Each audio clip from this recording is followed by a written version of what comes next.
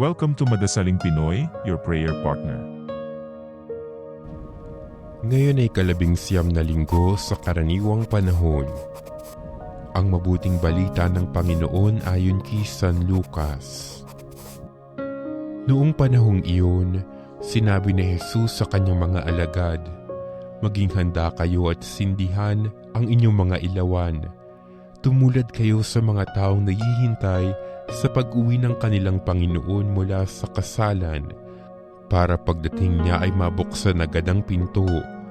Mapalad ang mga alipin na abutang nagbabantay pagdating ng kanilang Panginoon.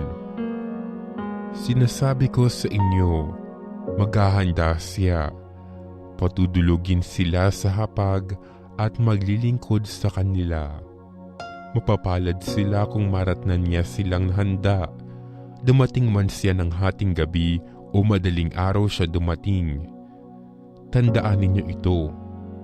Kung alam lamang ng puno ng sambahan kung anong oras darating ang magnanakaw, hindi niya pababayaang pasukin ang kanyang bahay.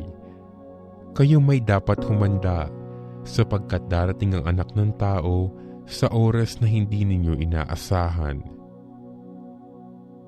Ang mabuting balita ng Panginoon.